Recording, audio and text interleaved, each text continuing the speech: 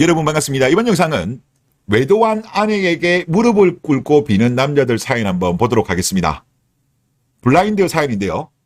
이제 결혼은 6년 차이고 아이는 둘이 있습니다. 위험한 구간인데요. 애 둘에 7년이면 이혼 시에 방갈죽이죠.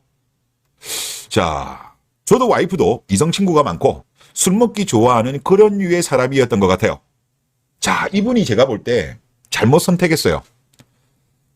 여자 같은 경우는 이성 친구 많은 것도 문제지만 술 먹기 좋아하는 것도 안 좋아요. 근데 이거는 엔드잖아요. 이런 엔드인 사람들이 바람이 많이 납니다. 남자도 술 먹고 실수하는 경우가 있고 여자들도 술 먹고 실수하는 경우가 있습니다. 더군다나 동성끼리 만나면야 그냥 어느 정도 큰 문제는 발생 안 한다고 하더라도 이성끼리 만나다가 술 먹다가 실수하면 그게 바로 바람 나는 거 아니겠습니까? 이런 유형이었다라고 한다면 결혼 전에 아셨던 것 같아요. 제가 볼 때 선택하지 말았어야죠. 이 선한 악강보가 떠오르네요. 와이프 외도를 한 건 한 달쯤 됐는데요. 카톡글을 보니 사진 및 카톡 내용들이 있었고 모든 내용 저장 후 와이프에게 물어보니 당당하게 네가 나를 외롭게 해서 만났다. 숨 막힌다. 이 말을 하더라고요. 야, 이거 보면 대한민국 K녀들은 본인이 바람을 폈을 때 네 탓이다. 남편 탓이다. 이게 거의 국룰 같아요. 결혼할 때 3천만 원 국룰처럼 외도도 거의 이런 레파토리가 제일 많은 것 같습니다. 이거는 정말 말도 안 되는 핑계죠. 그런 식으로 따지면 남자들도 외도하면 이런 핑계 대면 되겠네요. 하지만 남자들은 그런 핑계는 안 되죠. 참 어이없습니다. 결국 이혼 얘기까지 나왔는데 저는 아직도 사랑하고 정신 못 차렸네요. 아이들을 이혼 가정으로 키운다는 생각에 제가 빌었습니다. 빌기까지 하는 거는 좀 너무 나간 거 아닌가요? 한 번만 더 생각해서 이혼 안 하면 안 되겠냐고 했습니다. 하여튼 퐁퐁이 형들의 사고 구조는 좀 이해가 잘 안 됩니다. 이어서 현재 상태는 일상으로 돌아왔지만 서로 카톡은 무뚝뚝한 상태고 아이 앞에선 잘 웃으려고 합니다. 와이프는 밖에 나가는 횟수는 적어졌지만 아직 100% 정리한 건 아닌 것 같고 그런데도 지금 참고 있다는 거죠. 이 글을 보면 다들 이혼해 호구냐 고쳐 쓰는 거 아니다 등등 많이 다시겠지만 머리로는 알고 있는 거죠. 머리로는. 그런데 혹시나 이런 이혼 사유 99%를 이겨내고 1% 잘 살고 있는 분이 있을까 하여 글을 남겨봅니다. 라는 내용인데 이분은 이 1%의 가능성이 있는 거를 듣고 싶은 거죠. 있을까요? 저는 이미 돌아올 수 없는 루비콘강을 건넜다라고 생각됩니다.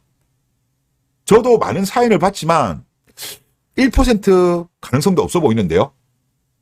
물론 이런 상황에서도 계속 사는 경우는 있습니다.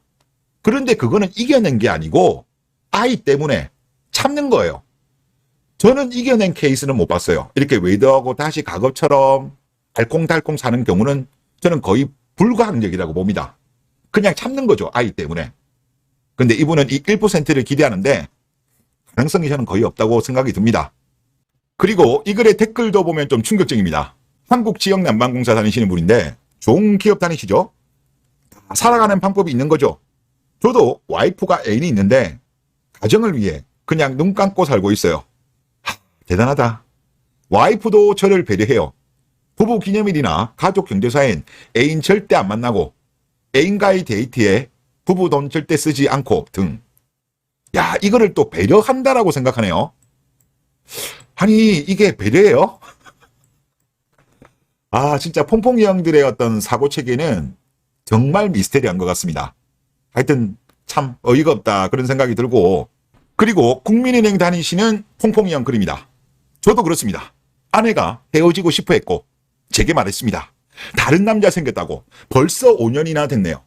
결과는 우선은 덮어두고 살고 있습니다. 관계로 잊으려고 정말 많이 애쓰고 있습니다. 그런데 관계를 회복 노력하다 둘째도 생겼습니다. 이후에는 관계는 없이 리스로 살아가고 있습니다. 우선 아이들 20살 될 때까지는 참고 살려고 하고 있습니다. 저도 님처럼 아내가 갑의 위치입니다. 제가 잡았기 때문에 본인이 먼저 꼬셨다는 거잖아요. 그런데 이거는 제가 봤을 때는 이것 때문에 본인이 을에 위치해 가고 아내가 갑에 위치해 간다? 이거는 아니라고 봅니다. 결국은 먼저 제의를 남자가 했다고 하더라도 여자도 결국은 오케이 한 거잖아요. 그러면 결국에 하나의 계약으로 형성된 건데 그 계약이 형성된 이유에는 동반자의 위치입니다. 그런데 먼저 본인이 꼬셨기 때문에 끝까지 을로 간다? 이게 전형적인 퐁퐁이들의 마인드예요. 니자들도 오히려 이걸로 공격을 하는데 거기에 당할 필요가 없어요. 동반자라니까? 인생의 반려자? 그런데 무슨 갑을 관계예요. 이것도 일종의 가스라이팅이라니까? 근데 그 가스라이팅에 벗어나지 못한 거죠. 이 국민은행 퐁퐁이 형도. 이어서 원래는 외벌이였는데 아내가 최근에 사업하고 싶다 그래서 시작을 했습니다. 자, 보통 이제 저도 이런 거 많이 보다 보니까 느끼는 건데 이자들이 보통 어느 정도 이혼을 마음을 먹고 빌드업을 들어가면 본인도 경제활동을 해야 되잖아요. 그렇기 위해서 홀로 서기를 좀 준비를 하더라고요. 이 케이스도 왠지 좀 그런 케이스가 아닌가라는 생각이 좀 듭니다. 자, 이어서 제가 육아는 거의 전담하고 있습니다. 아내는 집안일에 관심도 없고 거의 모든 것은 명령조입니다. 아내가 기분이라도 상하면 제가 모두 비위를 맞춰주고 살고 있습니다. 애들에게만 잘해달라고 부탁한 상태고요. 그런데 문득문득 정말 내가 아이들을 위해서 이렇게까지 살아야 하나 하고 애들을 재우고 혼자 한 번씩 아내 모르게 애들을 재우다 옵니다. 남자라도 사랑받고 싶은 건 사람이라 어쩔 수 없는데 너무 하대하는 게 느껴져서 많이 서럽기도 하고요. 아이가 성인이 되기 전까지 아직 십몇 년 참을 날이 남았네요 라고 합니다. 열심히 공부해가지고 국민은행 다니고 계시는데 돈도 많이 버시죠. 그런데 이자를 잘못 만나서 참 이런 삶을 살게 되는 걸 보면 결혼이라는 게 공부 못지않게 중요한 것 같습니다. 그리고 십몇 년이 남았다고 했잖아요. 지금 애는 둘이고 이 케이스 같은 경우도 왠지 여자가 이혼을 준비하는 느낌이 많이 들어요. 일단 재산 반갈주 하려고 하면 애가 둘이니까 7년이 넘어야 되고 어느 정도 남편 돈을 가지고 사업을 시작해서 자리 잡으면 이제 본인도 자신감이 생기니까 재산 반 들고 오고 또 새로운 남자 만나고 애도 데려오고 양육비도 받고 뭐 그런 프로세스로 진행될 가능성이 있기 때문에 이분 같은 경우는 십몇 년을 더 참고 싶다라고 하지만 그렇게 되지 않을 가능성도 상당히 높지 않냐 그런 생각이 좀 들고요.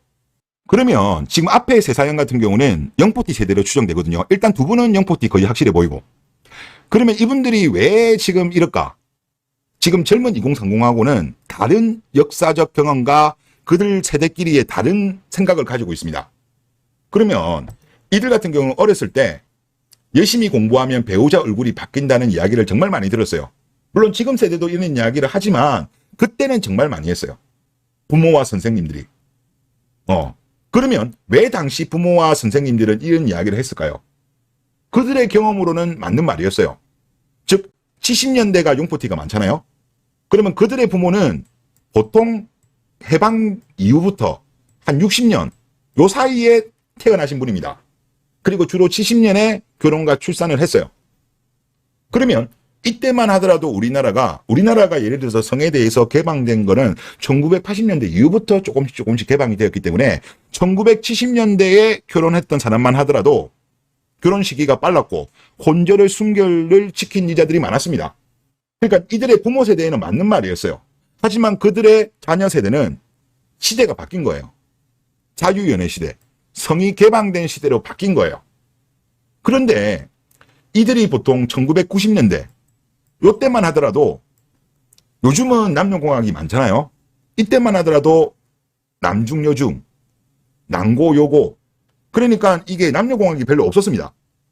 그리고 심지어 남중, 남고, 군대, 공대, 취업 그것도 남초기업의 취업 요런 코스인 남자들이 엄청나게 많아요.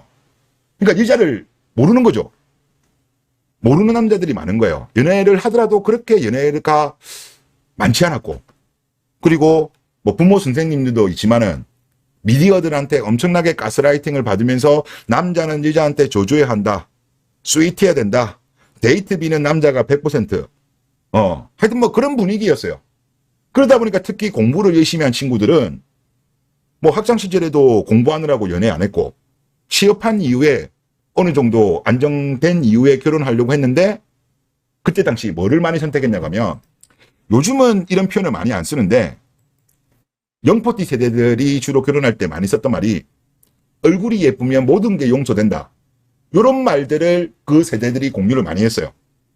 그래서 실제 대기업을 다니거나 전문직인 사람들이 여자가 얼굴이 예쁜 게 제일 중요하다고 생각을 했어요. 성격보다. 근데 얼굴보다는 사실 제가 볼 때 성격이 더 중요한데 이상하게 얼굴로 선택을 많이들 하시더라고요. 막상 연애 때 을의 위치에서 끌려다니는 그런 상황임에도 불구하고 그런 선택을 많이 했어요. 그리고 심지어 영포티 때는 노예팅이라는 문화도 있었어요. 소개팅 중에 노예팅이라고 있거든요. 하여튼 그런 말도 안 되는 을의 연애가 팽배했습니다. 그리고 거기에 대해서 남자들도 별로 비판적 의식이 없었어요. 소수만 가지고 있었죠. 대부분은 남자가 조주면서 연애하는 거지. 하여튼 뭐 그런 사고체계였어요. 근데 그게 연애에서만 끝나면 되는데 그게 그렇게 되나요? 결혼한 이후에도 그게 이어지다 보니까 앞에 사연들처럼 분명히 여자가 잘못했는데 남자가 끌려가고 퐁퐁 생활을 하는 거 아니겠습니까? 그래서 제가 볼 때는 그래요. 참 어떻게 보면 학창시절 공부 열심히 해가지고 좋은 기업을 얻었음에도 불구하고 고찰이 부족했다. 즉 영포티 세대들은 그때 당시도 물론 인터넷이 없었던 건 아니지만은 그 세대들은 생각보다 고찰이 없었어요. 오히려 지금 젊은 친구들, 2030 친구들은 고찰을 많이 하는데 지금 영포티 세대들 같은 경우는 그런 고찰도 없었고 그냥 미디어, 유명한 사람들이 뭐라고 주장하면 그냥 유명한 사람들, 박사들, 교수들, 정치인들 이런 사람들이 이야기하면 그냥 고지고대로 무비판적으로 수용했던 세대였고 부모들 이야기에 대해서도 그냥 고지고대로 믿다 보니까 결국은 스스로 불구덩이에 뛰어든 꼴이 된 것이 아닌가라는 생각이 듭니다. 그래서 저는 제가 볼 땐 그래요. 무지도 죄다. 고찰하지 않은 것도 죄다. 네 선한 악강버. 네가 선택한 케이녀다. 그러니까 악으로 깡으로 버텨라. 이렇게 한번 정리를 하도록 하겠습니다. 네, 이번 영상 여기서 마치겠습니다. 감사합니다.